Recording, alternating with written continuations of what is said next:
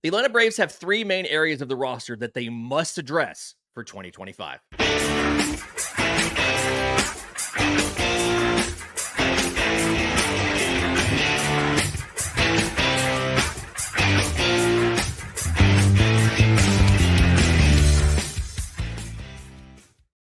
Yes, welcome on in to Braves Today for Friday, October 4th. Your home for news, notes, and updates on your Atlanta Braves. I'm your host, Lindsay Crosby. You can follow me on Twitter at Crosby Baseball. You can find all my written work, bravestoday.com. That's the Braves Today Substack. You see how all the branding makes sense? That was on purpose. Thank you for those of you who are here. We are now in the offseason, and I told myself I wanted to have a little bit of a break before we got into offseason stuff to just kind of decompress from a long season. I was in Northport in February, so it was a very long year, but I couldn't help myself. And we dropped a big piece over at bravestoday.com yesterday about some of the roster decisions that Atlanta needed to make. And in my mind, there's three main areas that Atlanta needs to address when it comes to the roster. This is not everything, mind you, but this is the three main things. I'm going to get into what to do at shortstop. I'm going to get into how to configure the outfield, but we got to start with the starting pitching. And you saw Atlanta go out of their way this year to give all of these starters as much additional rest as possible. And it makes sense. Ronaldo Lopez was moving from the bullpen into the rotation, so you were going to have innings concerns there. Chris Sale hadn't pitched a full season since 2018, so concerns there. Max Fried was on the IL last year for 2 months with an issue. Charlie Morton's 40 years old. You thought you were going to have Spencer Strider as a workhorse. You had to replace him with Spencer Schwellenbach, who had barely broken 100 innings and in his career, never mind his workload for a single season. So Atlanta uses a lot of different starters. And you were at the point, I want to say it was late or early August, maybe, that of your core rotation, I think you had a combined total of maybe 8 starts on regular rest. Ronaldo Lopez was getting extra rest. Chris Sale was getting extra rest. Spencer Schwellenbach had never pitched on regular rest until late in the year. And unfortunately, it still didn't work. Fried went on the IL with that elbow neuritis thing that he had, which was concerning after he had a flexor injury last year. Ronaldo Lopez goes on the IL twice. Now, every time he came off the IL, he was fantastic, but he went on the IL twice. And then Chris Sale missed the end of the regular season in the wild card round because of the back spasms. And I think the takeaway from this, I think there's 2 takeaways here, is one, you can never have enough starting pitching. And 2, you can never have enough postseason caliber starters. And the never enough starting pitching makes sense. If you go back and you look at this team and your pitching staff, you started 13 different pitchers in the regular season. You did not once have to use a guy as an opener because Grant Holmes was a traditional starter when he started. But outside of your top 5, Charlie Morton had the worst ERA in your top 5 at 4.19. Outside of that, Chris Sale was a 2.38. Fried was a 3.25. Schwellenbach was a 3.35. Ronaldo Lopez was a 1.99. Like really good ERAs for everybody there. Outside of that, the rest of your spot starters were not very good. Darius Vines, an 8.56. Alan Winans, a 15.26. Hurston Waldrop was not ready, a 16.71. Bryce Elder put up a 6.52. AJ Smith-Shawver was the most successful. He made 1 start, 4 1/3 innings, 3 hits, no runs against the Cubs. He had 2 walks to 4 strikeouts. Also strained an oblique and was out for multiple months. And so I think the takeaway here is you can never have enough starting pitchers, but also you can never have enough postseason starters because this is now the 3rd straight offseason. The third straight postseason where you have had a health impact in your rotation when October comes around. Go back to 2022. Spencer Strider's coming off an oblique injury. Max Fried loses 15 pounds that he really doesn't have to lose from some sort of virus, a stomach virus, the flu. I don't know what it was, but something. And they both get blasted by Philly. Go to 2023. Fried is coming off the IL from a blister. I don't think he made a single start after like mid-September down the stretch there. And I want to say he made 2 starts in the entire month. Charlie Morton's not available at all due to a sprained finger on his throwing hand. The Phillies have a really good plan on how to handle Strider. And you throw Bryce Elder and AJ Smith-Shawver in game 3. Elder gets destroyed. Smith-Shawver, they add some more runs off of him. Go to this year. Chris Sale has back spasms, misses the wild card round. Fried starts, but ends up being compromised. He takes that comebacker off of Fernando Tatis, catches it right in the hip, the butt, whatever, and it tightens up on him in the second inning, 5 spot by San Diego. So this is what you have to figure out is we need to ensure we have enough starting pitching and we have guys we can throw in the postseason. Because now you're in the position of Charlie Morton's a free agent, probably going to retire. The expectation, all the reporting from the beat, David O'Brien, Mark Bowman, Justin Toscano, who's the best one of all three, is that the expectations that Morton's going to retire. He'll be 41 next month. And he's specifically his pitch for the Rays and now the Braves because he wants to stay close to home. He lives in Florida. He is within driving distance, I believe, of Northport. We chatted about that at spring training. I was trying to get some coffee recommendations. But the expectations, he's probably going to retire. Max Fried, and this is no surprise to anybody in Atlanta, Max Fried is probably signing somewhere else in free agency. If Atlanta was going to extend him, it would have already happened. And the number of longtime Braves who have gotten to free agency and returned to the team is very low under Alex Anthopoulos. You've seen guys who were here for a season come back. Marcell Ozuna came back on a 4-year deal, which looked like an awful deal the first 2 seasons and turned around and worked it out. We'll get to him in a minute, by the way. But Max Fried is probably gone. And the reason I say that is because I think he's going to get priced out of Atlanta's plans, both on a salary and a year's perspective. So salary first. The Braves have never signed a player under Alex Anthopoulos to a multi-year deal at more than $22 million. They did sign somebody. Josh Donaldson got $23 million on a 1-year deal in 2019. Reportedly, both the Freddie Freeman final offer and the Aaron Nola offer last offseason, reportedly, those both were for more than $22 million. He's not entirely opposed to it, but we haven't actually seen it done yet. And everybody who signed long-term right now, none of them go over $22 million. Chris Sale doesn't. Matt Olson doesn't. Austin Riley doesn't. Spencer Strider doesn't. I do want to see Spencer Schwellenbach sign an extension, by the way. Please get that done. So I don't expect Fried's market to stop right there around 22. Is it possible that the most a team offers him is maybe 24 and we offer him 22 and he decides to forego a little bit to come back? That is entirely possible. Is it possible that if the market ends at 23, 24, we choose to go a little bit above that self-imposed or pre-existing kind of limit to bring him back? It's possible. Is it likely? I don't think it is. The thing that we've seen from Major League Baseball is that guys that you think can be frontline starting pitchers, the salaries for them can get very absurd very quickly. There are other options besides Max Fried. Corbin Burns. Blake Snell's expected to opt out. Other guys at the top of the market. But Fried is both not a Boris guy and is believed, despite the minor health issues that he's had, is believed to be the type of guy who should age rather well. And so it's entirely possible and likely, I think, that Max Fried does not come back to Atlanta.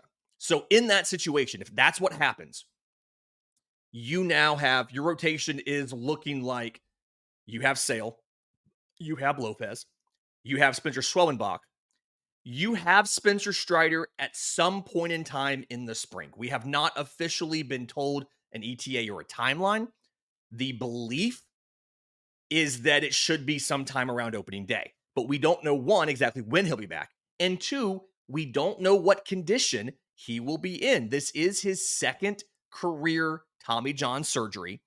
The track record of guys having two Tommy Johns and coming back is already pretty small, but having two and coming back in that same form is even smaller. I'll remind everybody the most recent example we have of a guy that has come back from Tommy John recently is Walker Buehler of the Los Angeles Dodgers. Before he got hurt, 2021, led the league in starts with 33, was 16-4, the 2.47 ERA, fourth place finisher in the Cy Young, was an all-star, got hurt during 2022, made only 12 starts. He's made 16 starts this year. He's 1-6 with a 5.38 ERA. 2 years after the surgery. I'm not saying that's going to happen to Strider. I'm not saying he's going to be such a Strider of old, though. We don't know what condition Spencer Strider's stuff, stamina, and all of that will be when he comes back. So you feel like, yes, you've got Sale, Lopez, Schwellenbach. You'll have some version of Spencer Strider when he comes back. You have fifth starter options in Gwinnett. You have Bryce Elder. You have Ian Anderson. You have AJ Smith-Shawver. At some point in time, you're going to feel comfortable in Hurston Waldrop. I think Drew Hackenberg is a guy you'll see at some point in time next year. There are plenty of fifth and spot six starter options. I think Grant Holmes, it works all offseason as a starting pitcher. Angel Perdomo had Tommy John in October 2023. You've had him on the IL the entire time. He's actually expected to be the first guy out of Super 2 eligibility, by the way, for arbitration. You get kind of lucky there. So you'll have some options. Huascar Yanoa, stress reaction in the elbow right now, but theoretically, he should be a candidate to start next year as well. You'll have options, but how many of them are guys you can trust in the rotation on an every fifth day basis? And how many of those would you be willing to throw in the postseason? I do think Atlanta needs to explore some sort of off-season upgrade with the starting pitching. I don't know if it's bringing Fried back. I don't know if it's signing a veteran to a deal, signing a reclamation project. I don't know if it's trading for somebody. Rumors are that the Cardinals are willing to move Sonny Gray. He's a guy from the South. He was interested in Atlanta reportedly because it's pretty close to his home. I think he's from Tennessee. His salary, over $22 million a year. That was the same situation you were in when you traded for Chris Sale. They gave him an extension that conveniently lowered his salary to never exceeded $22 million under the extension. So maybe they make a deal with the Cardinals and go get a Sonny Gray. I don't know. But it feels like you have to add some sort of starting pitching this offseason because even if Fried comes back, you're going to need more options because something will happen between the start of the season and the postseason. You had 2/5 of your opening day rotation unavailable in Chris Sale and Spencer Strider. You had other guys that had been pitched earlier in the week, like Morton, and were burnt and couldn't be used. Schwellenbach was burnt and couldn't be used. You end up having to go with the AAA prospect and AJ Smith-Shawver, and it didn't work out. You lost because of the offense, not because of Smith-Shawver, but it's not the point. Thing one, starting pitching. You need more. You need as many as you can get, as high a quality as you can get, because depth will always work itself out. In just a minute, we're going to switch over to the position players. I want to talk about what to do with Jorge Soler. I want to talk about what to do with Orlando Arcia. We'll do that next, right here on Braves Today. Welcome back to Braves Today. Lindsay Crosby. You can follow me on Twitter at CrosbyBaseball. Again, find all of the written work, bravestoday.com. I dropped, in essence, a written version of this podcast last night on the Substack. Over 1,500 views already on it. Lots of positive feedback on that and people asking questions about, hey, what can we do to fix these things? And that's what we're here for. I do want to talk about the offense here because tons of injuries, obviously, to your position player group. You had the entire starting lineup, your opening day lineup together for 6 innings this year. Sean Murphy got hurt in the 7th inning. by the time of the opener against Philly. By the time he returned, Ronald Acuna Jr. was already out for the year, things like that. But some of the moves you made to bolster the outfield midseason are going to cause complications next year. You signed Ramon Laureano. We'll get to him in a minute, but you traded for Jorge Soler at the trade deadline. And we talked to Alex Anthopoulos literally the minute the trade deadline was over. Atlanta started the press conference via Zoom with Alex Anthopoulos, and he discussed the first thing that he discussed, because that was like a minute or two late. First thing he discussed was they've been chasing Jorge Soler for a while. They wanted to re-sign him after 2021. It didn't work out. They almost traded for him from the Miami Marlins at the 22 trade deadline. Did not get him. They talked about, they revisited those talks with Miami prior to 2023. They did not look at him last offseason because that was an amazing offense. You felt like you were set. But they tried to get Jorge Soler back multiple times before they finally got him from the Giants at this deadline. The issue is he has 2 more years on his contract. So I believe it's $16 million for next year. It's double-digit millions. And he's barely played the outfield since he left Atlanta until you brought him back. He played it sparingly for the Marlins. He did not play it at all for the Giants. We threw him into right field because Marcell Ozuna is locked in at DH. And this poses a problem for next year because it feels like you're going to pick up the Marcell Ozuna option, okay? He was your offensive MVP, led you in a ton of different categories, not stolen bases, but 302, 39 homers, 104 RBI. He was in the running for a triple crown for a good portion of the year. Ended up not getting any of it, but in the running for it. And you would get a discount on his club option. He made $18 million this year. The club option for his age 34 season is only $16 million. Based on the production versus the contract, plus how much he's respected in the clubhouse. He has done a lot to help the young Latin players, the young players in general. He is well regarded inside that clubhouse. Michael Harris was in a slump last year. The guy that he talked to that got him out of it, Marcell Ozuna. So many of these players have discussed what Marcell Ozuna has been able to do for their confidence, to give them guidance, to give them help when they need it, and make them into better baseball players. It feels because of that, they're going to pick up his option. He is a DH only. He is not playing the outfield at all. He's not going to play first base because Matt Olson has not missed a game since he signed with Atlanta. And so now you're in the situation where we're expecting Ronald Acuna Jr. back sometime around opening day. Just like Strider, we don't have an official timeline on this, but compared to 2021, this injury happened earlier in the year, and so it makes sense that he would be back around opening day. So you have Harris, you have Acuna, you have Jorge Soler, you have Jared Kelenic, who will reach arbitration for the first time. He's a Super 2 player, so this is his first of 4 arbitration years this year. MLB Trade Rumors projects him to earn just over $2 million in arbitration, which is not a bad deal at all. That's Adam Duvall money, and he's not coming back. And then Ramon Laureano is arbitration eligible as well. So if you don't bring back Laureano, you could do Acuna in right, Soler in left, Harris in center, and then Kelenic can rotate in with Soler for defense later in games. But now you're putting 2 what are considered substandard defenders. We saw Ronald Acuna Jr. when he came back in 22. His defense was not the same. His defense, he never gets good jumps. His arm is great. His range is okay. He just never gets good jumps. But having 2 substandard defenders around Michael Harris, how much does that hurt the defense? And does it hurt the defense enough to offset having Soler's bat if Soler is not nuclear red hot all the time? And then not playing Kelenic every day, what does that do to his development? He's still a young player. Jared Kelenic is still very young. He played this year. This is his age 24 season. And so he turned 25 in July. He is not a finished product.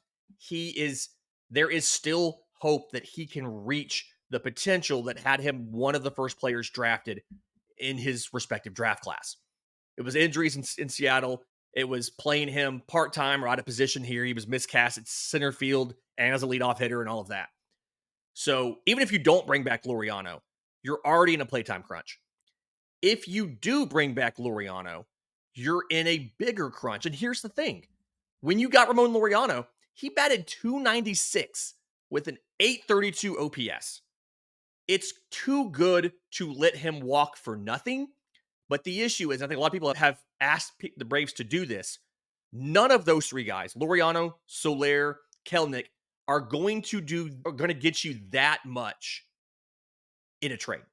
Everybody says trade Soler and get this player, that player. Trading any of these guys is not going to get you that big of a return. Everybody thinks it will, and it really won't. That's not how these trades work. And you're in a situation of you've got to figure out what to do here. If you retain Laureano, I think you need to start Kelenic and Gwinnett. The thing to keep in mind here, and I've said this once in this podcast already, I'll say it again, depth will always work itself out. And this is what Alex Anthopoulos said in that press conference explaining why he got Jorge Soler with more time on his contract. The exact quote was, I can pretty much guarantee ahead of time there will be players next year that spend time on the IL, which he's not wrong. It feels like almost every single trade deadline, Alex Anthopoulos has had to go get an outfielder to help this team. So having too many, depth will work itself out. Somebody will get hurt. Somebody will slump. Somebody will do something. And that gives you an opportunity to improve, to use your depth to fill that position without needing to pick up a dude who was DFA'd midseason, or three of them like we were doing for a while this year. The other situation, the last one here really, is shortstop. And I wrote this up a couple weeks ago. It was the best performing story at bravestoday.com and the existence of the Substack until I dropped this update yesterday. But Orlando Arcia's bat is a problem. First half last year, he batted 294, had an 871 OPS. Since then, so after that All-Star break, he's had a 219 batting average and a 638 OPS among all qualifiers in MLB across that time, which is, I think, 3.1 at-bats per team game. Orlando Arcia, that's the fourth worst average and the second worst OPS. And his on-base, I think, is the worst of anybody in that time frame. So the bat is a problem. When the offense is as good as it was last year, you can live with that. That's not a huge deal to have him batting 219 in your 9-hole. When the offense is what it was this year, which I have a couple notes on this, but that's kind of a different show, it becomes a much more glaring problem. He's not going to go away. He's making $2 million. He's a strong defender. He can play second. He can play short. He can play at the corner outfield. It is a guarantee you will need to use him. I love Ozzie Albies. In the last 3 seasons, he's missed 175 games out of a possible 486. He's gone on the injured list 5 times, including all 3 seasons. The odds are he will miss some time in 2025. That's just being honest. The odds are Ozzie Albies will miss time. Orlando Arcia can step into, if you can find a replacement for Orlando Arcia, you keep him on the roster, he can step into second base, he can step into short, he can step into third, he can step into a corner outfield. He has a good enough arm to do any of those things. He's a viable player to have at a $2 million salary. His bat is not good enough to be an everyday player. And I think you're realizing now, runners in scoring position this year, 137 plate appearances. He batted 155 with a 172 slugging. He struck out 37 times. He only got on base 30 times, 12 walks and 18 hits. He only had 8 successful sacrifices, 7 sac flies and 1 sac hit. So it's not good. The bat is a liability. And we saw this year when you have an injury-compromised offense, you need him to do more, and he's not capable of it. The problem is, and I broke it down in the state of the position story, you don't have a lot of other good options in the organization. Nacho Alvarez is really your only hope for a close to major league MLB caliber defender, but he looked overmatched this year. I feel like they're going to give him an opportunity to challenge for the job in spring training. They probably would love for him to get the job in spring training, but you've got to figure out other options besides Orlando Arcia and or Nacho Alvarez at shortstop to start 2025. To answer the question that's probably coming, I do not think they're going to go get Willy Adames because he's probably going to demand a massive contract as the only real marquee free agent shortstop out there. Ha-Seong Kim is also available. He's a good and versatile defender. His bat isn't as good as Adames. He's coming off an injury. He'll be out there as well. Outside of that, the shortstop free agency market is a wasteland this year. That is a position you have to develop internally. We have a couple international prospects that they're high about in a couple seasons. I really wish the organization would spend a high round pick or two on a young hotshot prep shortstop that they can develop, just because we don't really have any talent at that position in the organization. And there's teams like the Padres that have correctly learned you can take a shortstop and put them anywhere else on the field. Manny Machado was a shortstop. Xander Bogaerts was a shortstop. Ha-Seong Kim, obviously, shortstop. Jackson Merrill was a shortstop. Jake Cronenworth was a shortstop.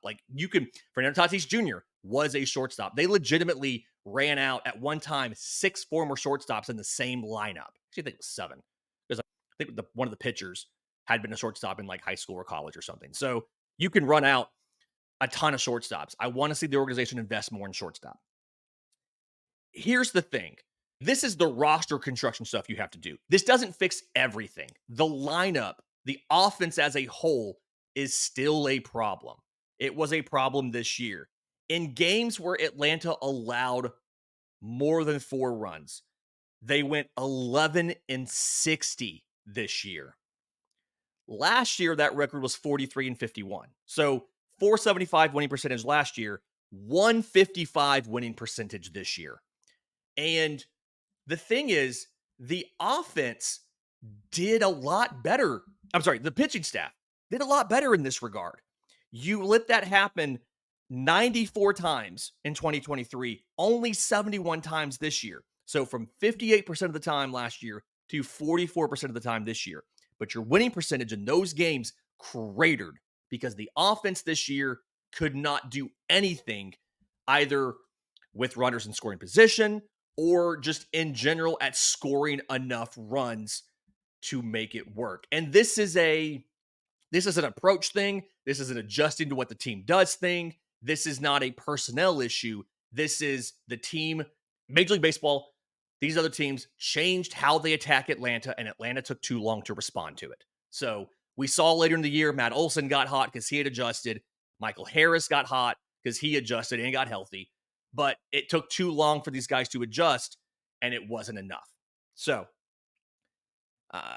again, if you want to see a written version of this with more numbers and footnotes and all of that, bravestoday.com, it's out there. In the meantime, if you're listening on audio, do us a favor, leave a 5-star review. If you're on YouTube, leave a comment down below, subscribe to the channel. And if there's something that you think that I missed in this, let me know in the comments. Let me know what other roster decisions the Braves need to work on in the offseason, and we'll address it on a future show. But until next time, this has been Braves Today.